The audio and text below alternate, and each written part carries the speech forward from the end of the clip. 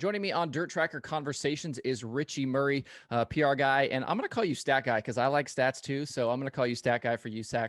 But I want to start with, the word off season is such a misnomer in motorsports. There's so much work to be done once the season ends to kind of get ready for the next year. But what's your off season look like, and what are all the things you guys have going on at USAC this year?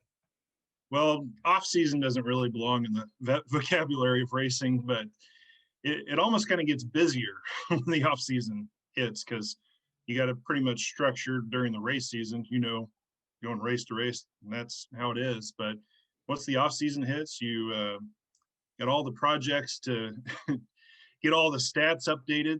Like I've been doing that every year, get all the stats updated.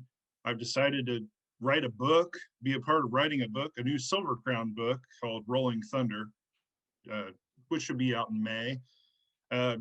And then digitizing videos from our USAC Thunder library.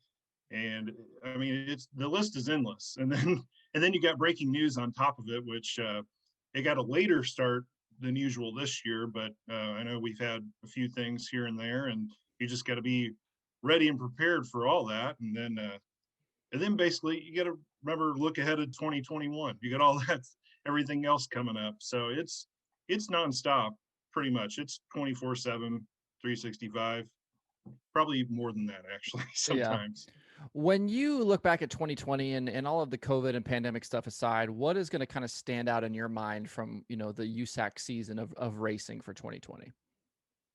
Well, when I think back on it, I think about how everybody, I mean, we didn't know if races were going to happen sometimes. And, races are canceled all of a sudden, then you got to find new places to go all of a sudden. Like, for example, Springfield at the end of the year, it's been traditionally in August forever. We have the Hoosier 100 all of a sudden appear. The Hoosier 100's back on the schedule, and then all of a sudden Springfield's taken away, and then you're like, well, I guess the Silver Crown season might be over.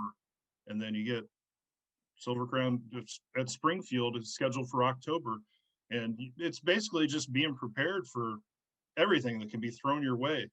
I mean, obviously you put the schedule out and that's what you feel it's like it's going to be, rather, unless it's a rain out. Obviously that always comes into play, but you never quite experienced anything like this. And same thing with the teams, because they had, they're raring to go in February and early March, this all hits, and then you're down for 2-3 months or whatever it was, and then pick back up. And it was about the busiest stretch.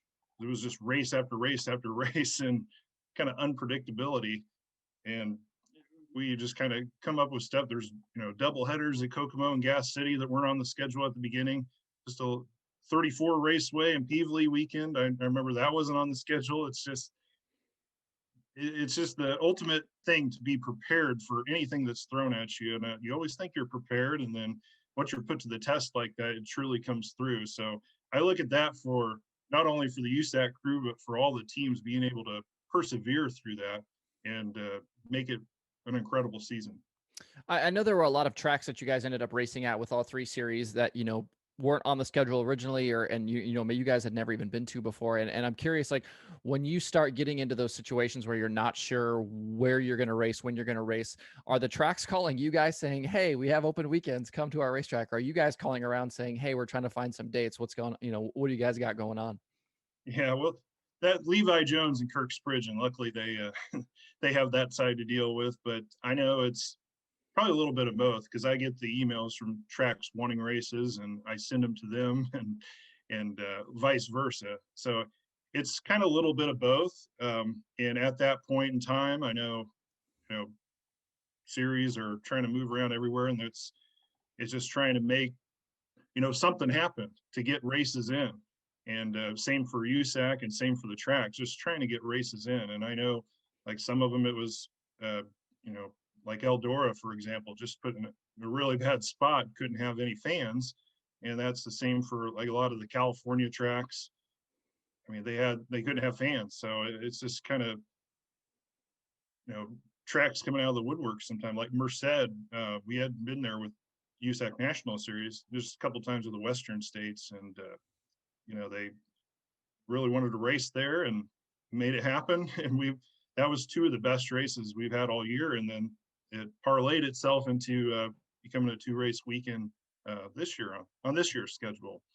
So it's just a little bit of both, honestly, and just trying to get races in was the key for everybody last year. With the, you guys got a solid number of midget races in, a solid number of sprint car races in. You only got 5 Silver Crown races in.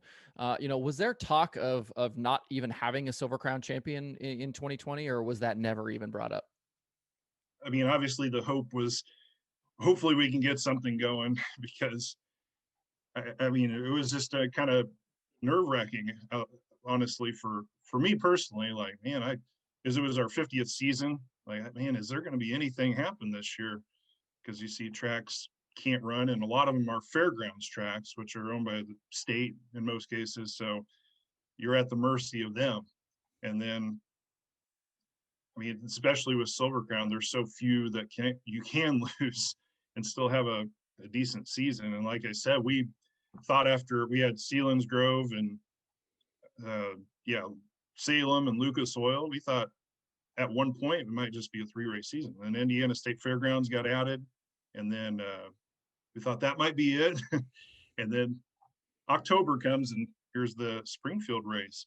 So yeah, it was a little nerve-wracking on my end for sure, because and on everybody's end, because I mean, it's never been through anything like that. And you're, like I said, you're expecting rain or whatever, but I don't know.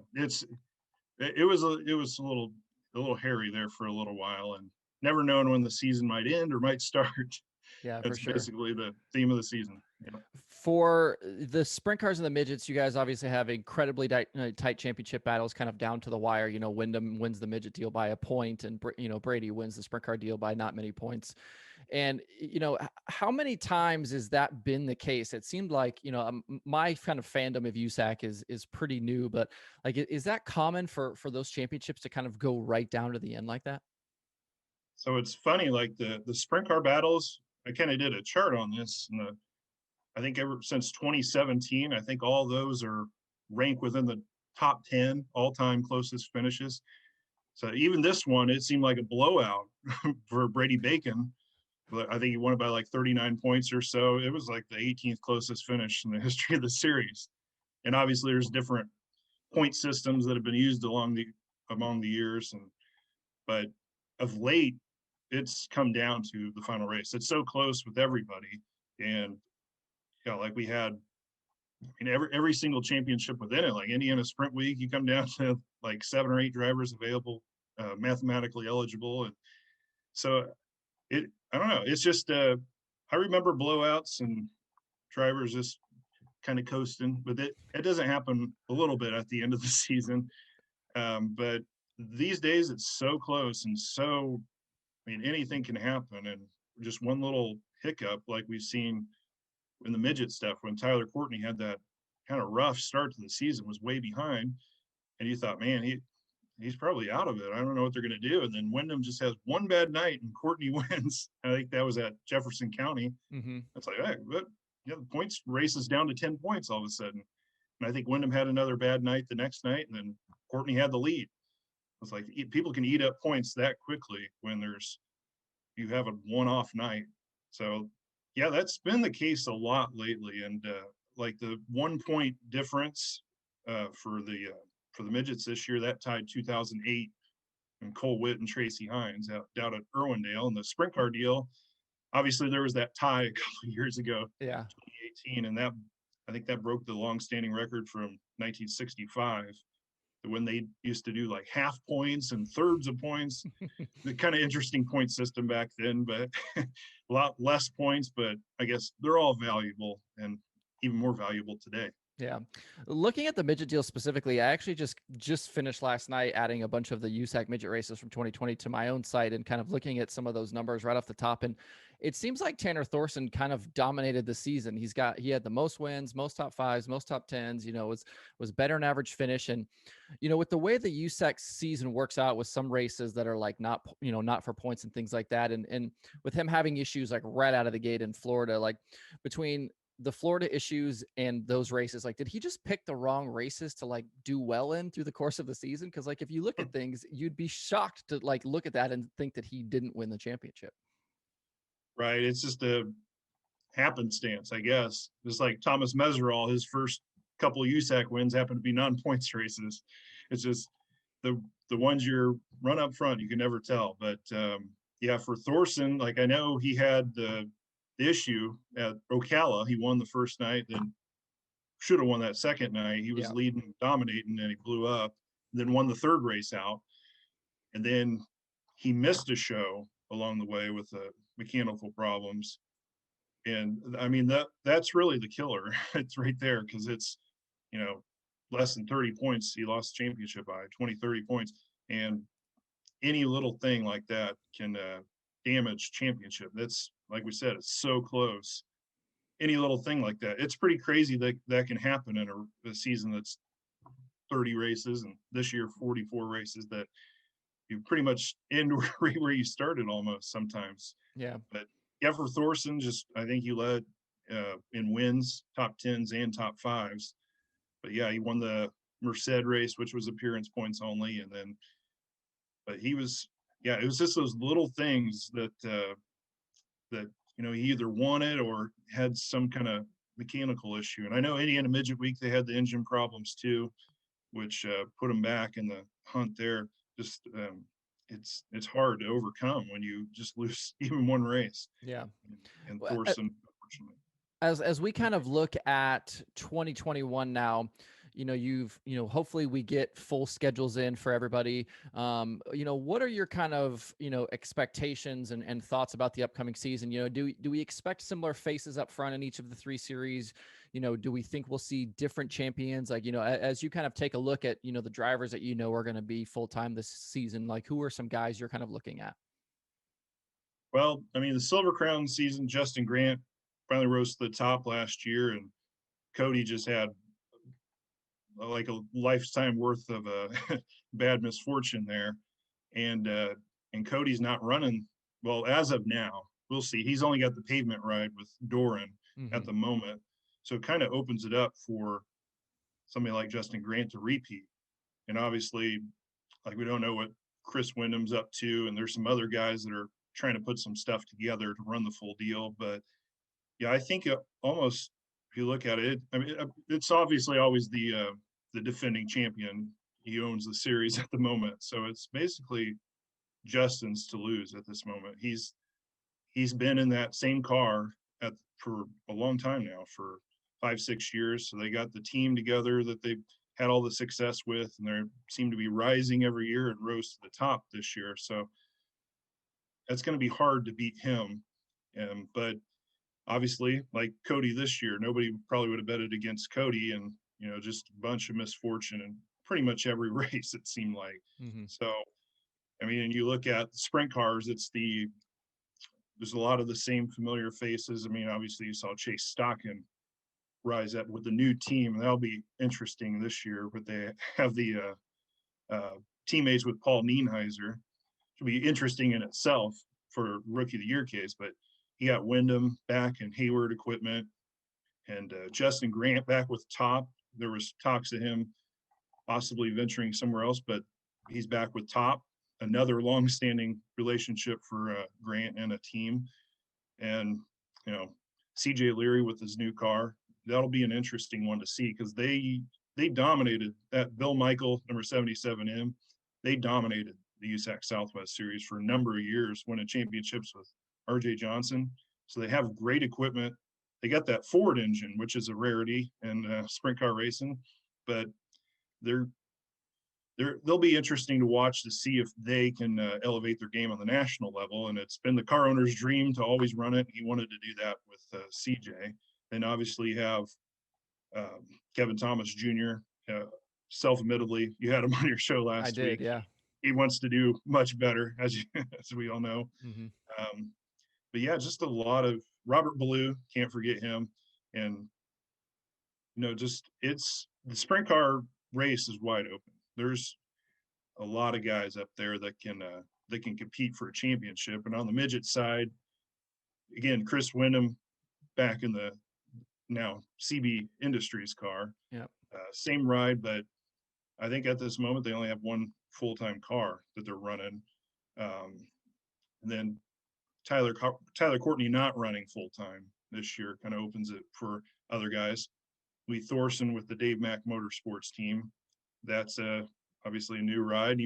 We saw a little bit of hint of that at the Chili Bowl, how well they meshed together, and that was their first weekend out. So we'll see.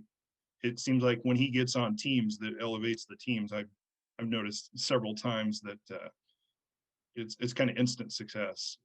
It doesn't take too long for him. But the one that probably you keep an eye on is Buddy Kofoid for sure, because he obviously rookie of the year last year, but elevated at the end of the year. He won a couple of those races at Arizona and Bakersfield, pretty much outdueled Kyle Larson. And he's got Keith Coon's equipment. He's going to be good. He's got a year of experience now, and he knows it took him quite a bit to win that first one. It took all the way to September of last year, but yeah, he'll be tough this year. And Justin Grant and Thomas Meserol, what a team that is for RMS Racing. I mean, two of the most exciting gassers, and that's a rising team as well. And that'll be fun to watch, to see what they do.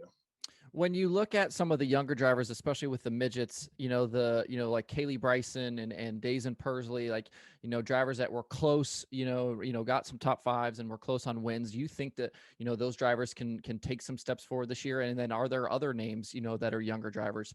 You mentioned Paul Nienheiser there with the sprint cars, and what are we expecting out of somebody like Jake Swanson with the sprint car series? Like who are those kind of other drivers coming in that you're excited about?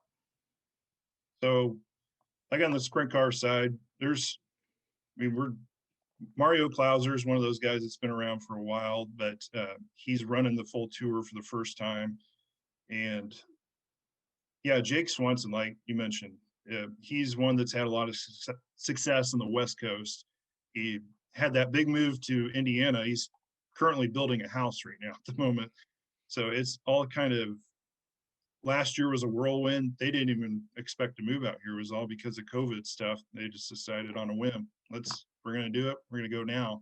And they did it. So everything was kind of going crazy, and he didn't really know these tracks too well, even though he's been out to Sprint Week a couple times, but he was still learning the tracks last year. And at the end of the year, he had that fast time at the Fall Nationals at Lawrenceburg, the final race. So a good team. They, like the Bill Michael team, they've won quite a bit in the Southwest Series, and they've won with CRA, but national deal is a different deal.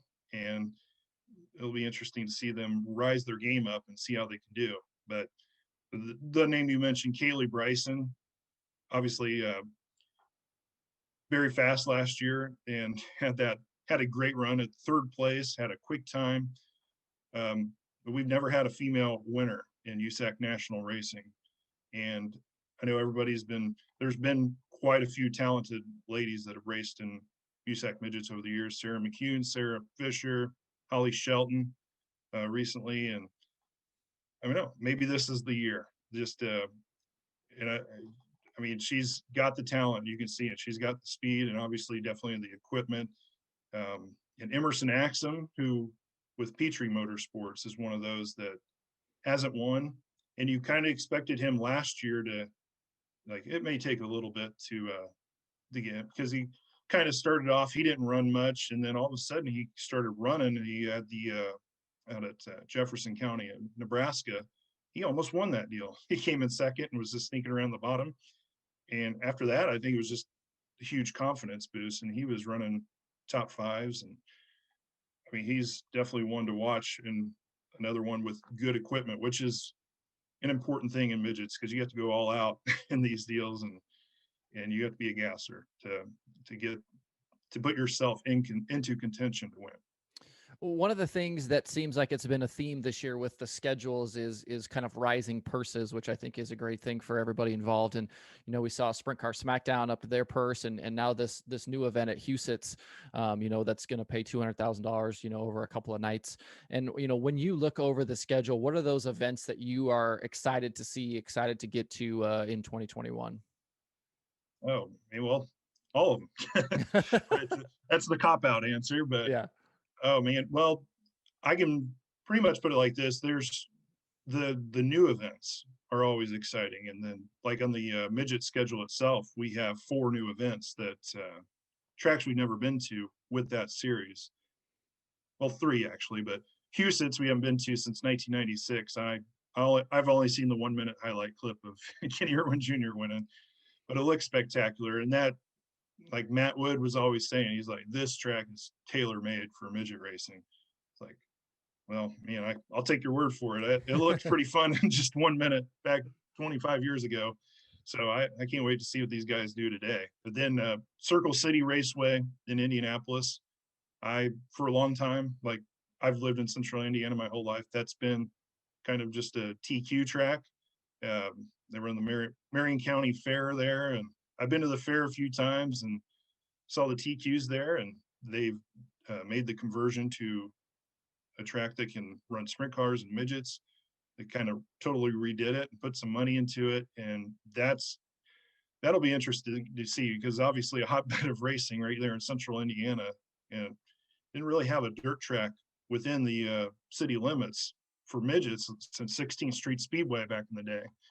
And I think, yeah, it's like the last time we've had races in Indianapolis with USAC for the midgets was 2005 at the Speedrome. For the sprint cars, it was 1984 at the Indiana State Fairgrounds. So expecting big car counts and big fan counts for that one. And then the other really cool new track is Bloomsburg Fairgrounds. We've been seeing some stuff coming out of there, and Levi Jones taking a little spin in a sprint car the other day, the Weikert's livestock car. So they're putting a lot of money, $1 million into that place, and they haven't had racing in 3 or 4 decades. Redoing the track, redoing walls, fencing, taking down this big stage in the infield. So they're putting a lot of effort into this to make it happen. And we're going to take the sprints and midgets there. So a lot of a lot of places that are unknowns, but I'm sure to produce good racing. And then like Path Valley, and then there's a few tracks we haven't been to in a long time, like Path Valley for the sprint cars. We were supposed to be there about 10 years ago, and it got rained out. Sealands Grove, it's been 50 years since the sprint cars have been back there. And we went to Silver Crown last year, and that came down to the last lap. Yeah, great race.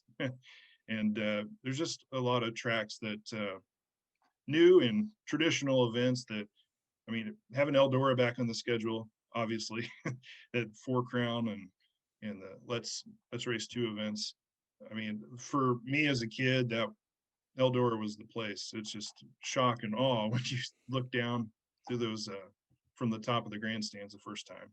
And same thing with Winchester and the Silver Crown going there for the first time.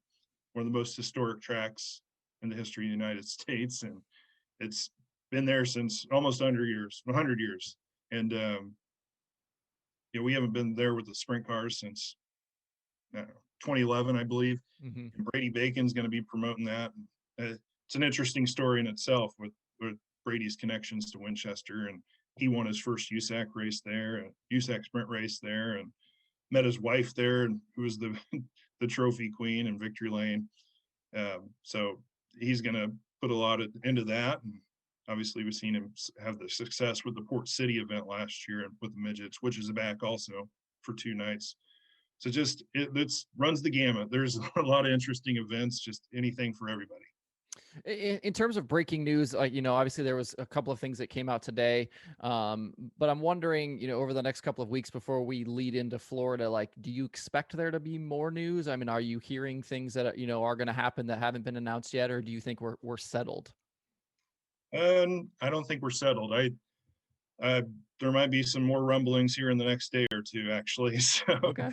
Sorry, I can't share those, but no. You'll see when it comes out. But that's one thing I've been hearing about. So sorry to tease you like that. No, it's good. I like teasing. Yeah. So Oh, go ahead. No, I was just saying when we go to Florida, Mhm. midgets the first week, sprint cars the second week, who are guys you're looking at to win those? Is it just, Thorson, Wyndham, is it the normal cast of characters or are those racetracks, are they going to be open for there to be, maybe some guys to sneak in and win those races that we haven't seen win before? So, it's the interesting thing about Bubba Raceway Park is how it produces champions. Hmm. So, the getting off to a good start is obviously a key, and we always start our season off there for the past decade. But sprint cars, it seems like every year, Brady Bacon swept the weekend last year, goes on to win the championship. Chris Wyndham won the midget stuff at the second night there, went on to win the championship. The year before, Tyler Courtney wins the midget stuff, goes on to win the championship. And it's on and on. Tyler Courtney won there in the sprint car the year he won the sprint championship. Robert Ballou, Brady Bacon back in 2014. It seems to be a theme, interestingly enough, that these guys are not only prepared to go right out of the box to be successful, but I don't know, something that is conducive to, maybe it's because they want, I don't know if it's the chicken or the egg or whatever. If it's because they won, they went on to win the championship, or there's something in the water down there. But it's it seems like it just produces champions. There's always a possibility for surprises. We've seen, not that it's a surprise or anything, but like Kyle Cummins has run well. He runs well there every year, and he hasn't pulled off a victory. I think he's finished second 3 different times down there, and he's obviously had a great season last year, and he'll be right there again. We got, just the interesting combinations too. We mentioned a lot of the midget guys, but like sprint cars, there's going to be, we're expecting probably mid 30 to 40 cars there, which is a big car count for away from the hotbed of racing. A lot of people like to travel down there and get the season going, but you got like guys like Briggs Danner, an East Coast East Coast sprint car winner, and Timmy Buckwalter, another East Coast guy that's a champion. Brent Beauchamp has won USAC races. He'll be in Epperson's car. Dave Darlin in Baldwin's car. Hmm. There's some interesting combos there. And then like Chase Johnson in a Goodnight 22. Cole Bodine, he ran well in midgets at times, but his one sprint car start last year at Lawrenceburg, he was top 10 right away, and he's got good equipment. He was the national sprint car first year driver of the year. And then Jaden Rogers got a year under his belt with USAC. He'll be down there in a good quality car. It'll be his first time. Stevie Sussex, Riley Kreisel, who we've seen win USAC Midwest Wingless Racing Association races and won with War. And when he's run with USAC, he's been fast. You could just go on and on with all On these and on, guys, yeah. because they're just, they're a lot of talented individuals here. But I believe you're going to see a lot of the same guys up the front because they're just that good. They're, they're obviously the guys to beat, and the challenge for all these guys is to get up there and mix it up with these guys and beat them at their own game. I want to ask you, I'll let you go here pretty quick, but I want to know about, this kind of, the move in the streaming world to kind of bring so much more racing to folks at home and all of this. And, to be able to have all of the USAC races available, through Flow Racing, and it was like, when we didn't have racing going on, where everybody shut down, you guys open up your archives and all of a sudden, we've got 24/7 racing happening on Flow. And I'm curious what you think from where you sit about, the impact of the Flow and streaming stuff for USAC and how it's affected kind of the series and the business here over the last year or so. It's changed everything. We see our numbers up across the board for people paying attention to the series, basically. And just that it's so accessible. I always have a hard time like seeing people complain about $150 for for a An year. entire year. Like, man, I spend that in two trips to the gas station. Yeah. But it's so affordable compared to the pay-per-view price that we used to have to pay for 30-40 bucks for races. But people have bought that, and they got so much access to everything. even like we talked about, I'm actually, digitizing. That's part of my winter project. We're getting those classic races up on 24/7, and it's just a continuous process of just getting more content out there. And I mean, it's an endless supply. And then now that the USAC is part of it, they got all stars, and I think just that going back and forth, just all-star fans who probably never really wanted to watch USAC just may tune over and say, well, that's pretty good. I might want to go to I'll have to check that out, and vice versa. I think it's just good for everybody as a whole, and good for racing, because I almost consider like Flow, like the early days of ESPN, when ESPN showed tons of racing. And like their first race was a USAC race at Salem, 1979, which I haven't been able to find, by the way, if anybody knows where that tape is. But yeah, it's just, there's tons of racing. It's crazy to think just 3 years ago, like our races were not streamed. There's just a few races here and there on a variety of networks out there, variety of streaming devices. And now it's literally right at your fingertips. And I always think back to when I was like 1997, trying to find the Speed Sport in the mailbox and read about on Thursday, coming off the school bus and grabbing the paper and running inside to find out who won 5 days ago at Salem. And then it's not even that much later that you literally, not only, it was crazy enough when the results were at your fingertips as soon as the race ended, you already knew who won. Now you get to watch them too. That's just mind-boggling, and it's helped out everybody in racing, and it's helped us immensely to have that platform that so many fans are able to access it and watch these full races and see how great it is. I'll let you go on this. I am curious about you specifically in terms of, you have worked for USAC for a while. You are, this kind of incredible knowledge base of stats and video stuff and all of this. And, what does it feel like for somebody like you to work for USAC and to kind of be a steward of all of these things? The history of USAC is so incredible. But for you personally, what's it like to be able to do all of this on a daily basis right now? I mean, it's still crazy to me that I have to, when it gets really crazy in the midsummer stretch, that when you're going have 7 races in a row or whatever, and you're away from home, you wonder, what am I doing with my life? Then you got to stop and think, I get to do this for a living. I was obsessed with USAC as a 5-year-old, and and to tell you that, like, we had my babysitter, but you could bring VHS tapes to the babysitter, and they said, "What, we can watch them in the afternoon," and everybody's bringing cartoons and all that stuff. I remember my favorite tape was I think Winchester Midget Sprint doubleheader from 1990. I'd bring, and all the kids would have to watch it, and I'm sitting there watching it, and all the kids are, "What is this?" Falling asleep. And I was like, man, you guys don't know. So just to be that little kid, to know, like, because I used to keep stats just as, just a hobby for as a little kid, and now to actually be getting paid and to do it and to push it even further along and do cool things with them, and to have access to all these, because I kept all my records and there was so many missing pieces, and had to have to call Dick Jordan to find out some info.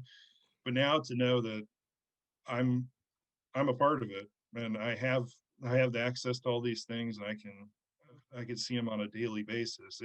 It's just incredible. And the video stuff too. Like, I always collected the the videos, anything I could get my hands on for old USAC videos, and I'm just finding gems around the office that are collecting dust, and it's a treasure trove to me pretty much every day. When I walked in, I was like a kid in Willy Wonka's chocolate factory.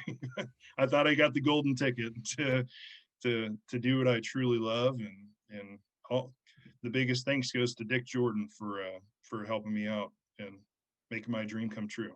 That's awesome. Well, Richie Murray, I certainly appreciate the time today, and good luck with the season. Yeah, absolutely. Thank you very much, and thank you for having me on.